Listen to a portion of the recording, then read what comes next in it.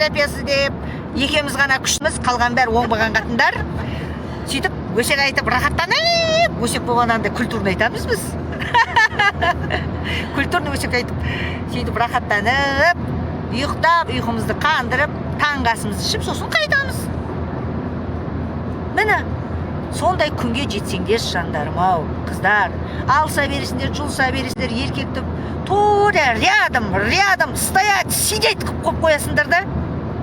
Ол жас кезінде болады. 30-ға келген кезде өзгеріп кетеді. Сол кезде мүлдем айырылып қаласыңдар. Ал біз сендерге керісінше жасадық.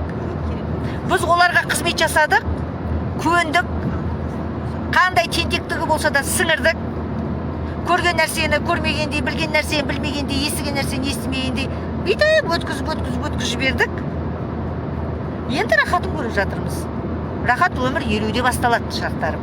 Егер де